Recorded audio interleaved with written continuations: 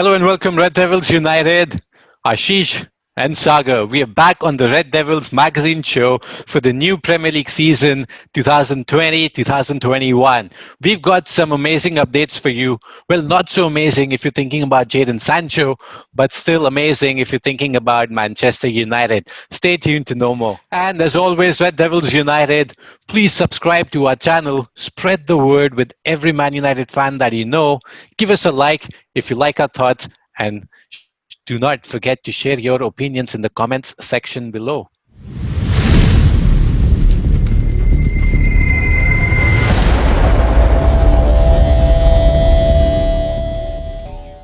Today, as we are recording this, we are getting news out there saying that Donny van de Beek is pretty close to signing to Manchester United. But it all came about because he was left out of the Ajax squad today by the coach.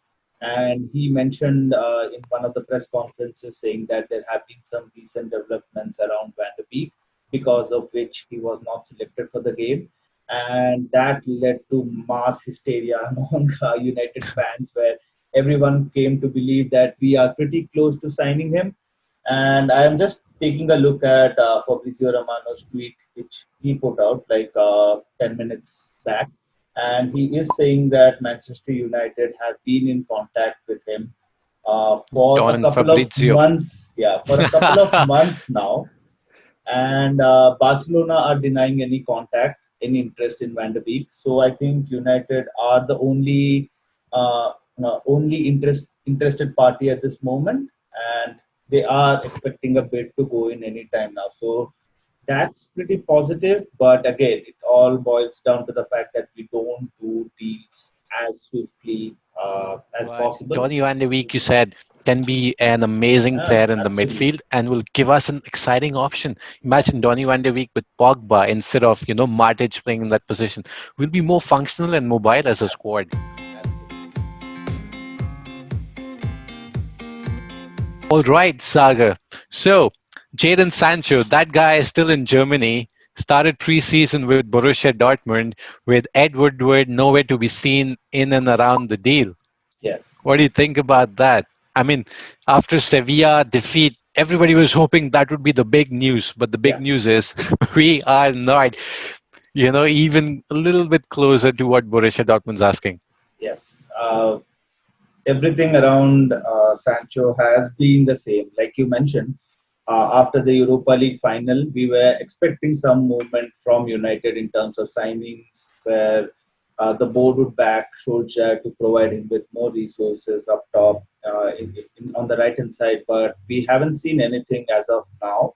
There have been, I think, for the past couple of weeks, it has been awfully silent regarding Sancho updates coming in from tier one journalists who report on Twitter and everything like that. But yeah, the fact remains the same that we have agreed personal terms with Sancho.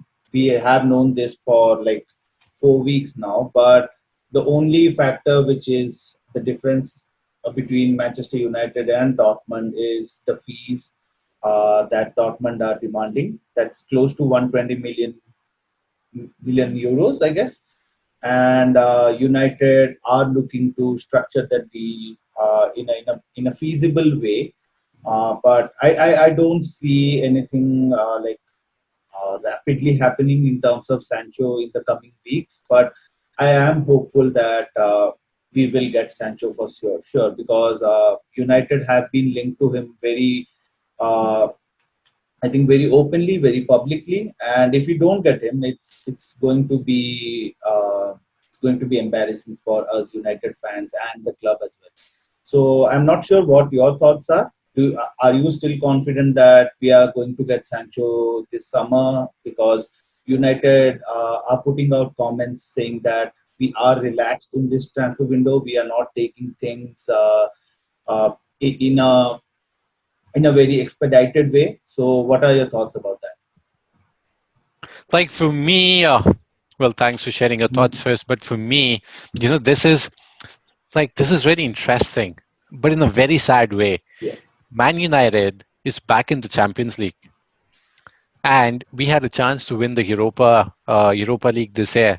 Hmm. Like we were in a good run of form when we went in to finish our remaining fixtures. However, something interesting happened. Ole Gunnar Solskjaer made no substitutions, Yeah. and both of us discussed a lot about it. Right. There was a lot Right. of chat, even in the Twitter sphere and the world of football online. But I think that was a point that Solskjaer made, that hey, look, Yes. we do not have a bench that can come up and change the game like Sevilla's substitutes did that day. Yes. Like we were the better team for sure. We had a Yeah. lot of chances at goals, but when the plan A is not working, Right. we don't have a plan B or a plan C. And with Champions League, we are not going to play teams like Leipzig again or Right. Astana. That's not the level of competition. The level of competition is Champions League, the likes of Bayern Munich, who thrashed Barcelona 8-2. I mean, both of Right. them are giants in European football. So for me, this is sad because Mourinho was not bagged when he delivered a Champions League, Champions League.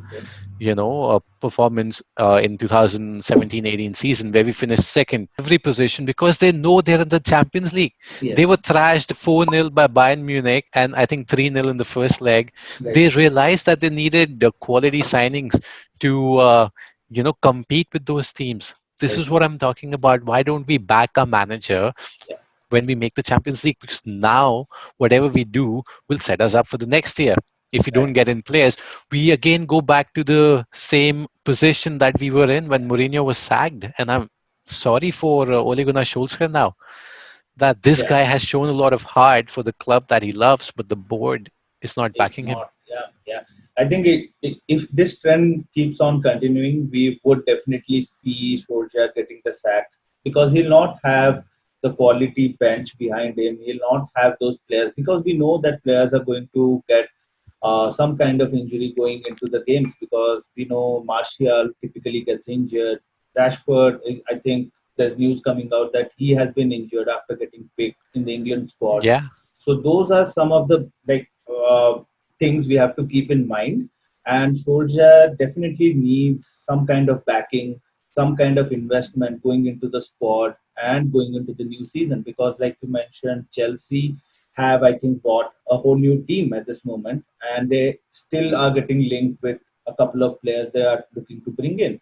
Hmm. They are in the process of getting Havertz done. They are looking for a goalkeeper. They are looking for a central midfielder who can sit on the bench. So they are doing a lot of business. I think Manchester United is one of three clubs who has not made any signing as of now. Uh, we still have a lot of time. We know that we typically take 4 to 5 weeks to get a deal done, and we don't work on like two two different deals at the same time. That has been seen in the past. So I don't expect uh, until and unless Sancho gets done, someone to come in at this That moment. also Brings me to the point that our interest with Jack Grealish. He has been pretty dissatisfied with the fact that he was not chosen for the England squad, even though he put up, I think he single handedly, in my opinion, kept Aston Villa up last season. So he has been quoted to be around 75 million pounds, if I'm not wrong. And for that price, I think we could get Donny van der Beek for 40 million, and we'll have spare 30 million to spend elsewhere to strengthen our squad. So I think Van der Beek should be a player which United should be looking at this moment. also, if that wasn't enough, like if fans hadn't made enough noise, Harry Maguire decided that, he had to create the disruption, Yeah, something that would bring the focus back on Man United and away from all of our pathetic transfer activity. yeah. So, what's up on Harry Maguire? Harry Maguire, as we already know, was in Greece for the holidays. He was found guilty of three charges regarding aggravated assault, resisting arrest, and something else with the Greek court. And he has come out. He has spoken publicly. He has delivered a statement saying that he does not owe an apology to anyone, like to apologize to the club and the fans who were dragged into the situation. And he has said that he is confident in the Greek law and the retrial will allow him to be proved innocent. So he has put out a lot of statements regarding what actually happened in that situation during that night. And I personally, looking at those stories, think that Harry Maguire, as the United captain, has all the backings from United fans for sure. But I was saying, I think during the live session, we already discussed that Harry Maguire as a captain. My personal opinion before the semi-final loss was the fact that Harry Maguire is got the United captaincy too, in my opinion, too soon, because he was not looking settled within the team, and providing him with additional responsibilities what was not right at this moment.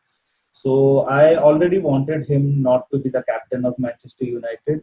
I would rather see the captaincy with Paul Pogba or Bruno Fernandes, someone who is influential, who is vocal on the pitch, who gets the best out of the others because he is putting up 7 out of 10 or 8 out of 10 performances. But I think So, that's the issue with our squad. yeah, We do not have proven leaders. Like yeah, Ashley Young was the club captain, yeah, but then everybody knew Ashley Young had, his time was up and he was going to go. yeah, But that's a very pertinent point. Paul Pogba, I don't rate him as a captain because any additional yeah, responsibility, makes him like puts him in the yeah. spotlight even more. And that's not what we want. Paul Pogba, I think, does better when the spotlight's not on I him. think so. Yes, yes, And absolutely. and there is no other senior player in the squad. Harry Maguire, I think, was the only senior player. Yeah, David De Gea is a silent captain. Again, his yeah. performances did not warrant him to be a captain. Harry Maguire, as you rightly said, first year into the club, still settling, And providing still the captaincy. unproven. Everybody on his case, 80 million pounds on Yeah, his back. So, but I think Solskjaer was in a fix. It was either him or Luke Shaw or yeah, Marcus Rashford, right, somebody from the club or who right, could rally the troops. But then yeah. Bruno, you made a good point. Bruno is more vocal on the pitch. Vocal on I the would pitch. like to see how that guy progresses this year because I definitely feel his influence Right, will go up. He's like right, more of that Roy Keane kinds. right, When right. he's angry, he'll Yeah, have a go yeah. at the And players. I think you also mentioned Paul Pogba while we were talking about it. There was news Hmm. that Paul Pogba was tested positive after getting selected for the France team. So we all wish him speedy recovery, and we hope that he gets well soon and is ready for the preseason. The news don't get any better for Manchester United in this summer, because I think it was Brandon Williams who got injured while on his holidays. So I don't think he will be fit for the start of the season. But the good news is that Luke Shaw seems to be super fit. He has been working on his training, so he looks like he will be fit for in the left back position for the start of the season. And in other news, we had Aaron Van Bissaka, who went out to Dubai for some hot weather training. And Manchester United players were not suggested to actually leave. I think go to Go anywhere to else Dubai other than, or the yeah, Emirates yeah. So I think he'll not be back for the quarantine. start of the season because he might have to self quarantine, and actually prove that he has not caught the virus in any which way possible. So that's something which we'll be keeping an eye out as well. What do you think might be the situation where if we sell Smalling, if we sell Dallo, if we sell say an Andres Pereira or maybe a Lingard, do you think that might be a route that Manchester United should be looking to do to at least get some funds in and look at buying some other players or strengthening the bench, because it seems like Sancho will be taking bulk of the transfer budget at this point. Like for me, that's a really good point. Again, I was just thinking about this. Chris Smalling, if that guy isn't, in Ole's plans and we want to Yeah, sell let's him, let's do some quick math. What do you think is Chris Smalling worth? How much like do you think United he want to should be sell him for going? 25. Yeah, I think even if you get 20 yeah, for that should be good. Smalling right Yeah, now, that's a yeah, good amount of money yeah. because this That's a guy good is amount. 30, Yeah, 31. yeah, I don't know if his form will dip yeah, this season if he yeah. doesn't play. Then again, we are lowering his value next season. Right, So we might as absolutely. well take So him 20 off the million books. for Smalling. What do you think Dallo I is think worth at this moment? Dallo again will go for 20, Yeah, in my opinion, makes because he sense. hasn't played enough, but still Yeah, he is a young player and young has player. a Yeah. good enough contract. Mhm. So that's So 40 million. What do you think? Either if we sell Pereira, say, or Lingard, what do you think I they think are worth? Pereira is a good enough player for any team in Spain or Italy. Again, I feel any number in that 20 region is Should be still, good, right? yeah. Yeah, So we'll collectively looking at Lingard is easily worth 20. That guy has skills absolutely, and absolutely. attributes. Even if Yeah, he, sucked big time yeah. for us last Mhm, season, but mhm. then we knew he was having problems off the pitch, and that can affect players or any professional's performance, Right. in their work setting. So Lingard is also good for a 25 to 30 number Yeah, right now, I absolutely. think. Because outside of the pitch, he has a lot of brand endorsements and a lot of things working for him. So he definitely would be somewhere around 25 to 30 million. So if you do some quick math, you could see that we have close to 70, 75 million. Yeah, If on we sell, if we average. get rid of 3 to 4 players, that easily frees up fund for maybe a Van de Beek, maybe a left-sided defender, and we can find a little bit of money left to work with the Sancho deal as well. So I think Eric Bai will be a good option to sell. This guy can easily go for 30 or yeah, 35. Like if hmm, Chris Smalling doesn't go, I'd rather get rid of Eric Bai. He's Eric young Bain. Hmm. and he has a good enough contract, and any other Spanish club, might just get him. So for me, in terms of money And and for I us, actually you bring a great point because Rojo is I think it's someone who might be going out as well because barring his contract, who no one is willing to pay. I think he is someone who is looking to move away from United as well, and that's again 10 to 15 million pounds for Rojo as well. So we have options which we can look to offload at this moment and get some kind of funding into the club and make things happen. Because, mhm, but again, it all comes down to the fact that we don't do deals quick enough. Something has to happen because the Manchester United fans are pretty volatile at this moment, given the fact that Chelsea are making signings left, right, and center. Tottenham are getting players in. Liverpool, I don't think they need strengthening, but they are looking to bring in Thiago Alcantara at this moment. The fact do remains that Manchester United, we finished third. Chelsea finished level on points. We had Leicester, who narrowly missed out on the Champions League spots. We have Arsenal at least trying to strengthen the squad. I don't count Willian as someone who can be reliable, but at least they have made a signing in the centre back spot where they wanted to shore up their defenses.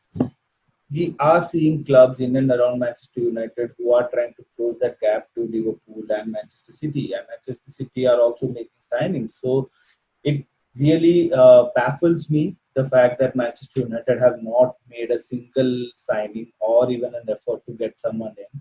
So yeah, it's really frustrating at this moment, and we are as United fans used to it as well. Every transfer window. But then I think that's it for us. Like we've Yeah, covered almost every piece of every piece. transfer news and other news that has been linked with us.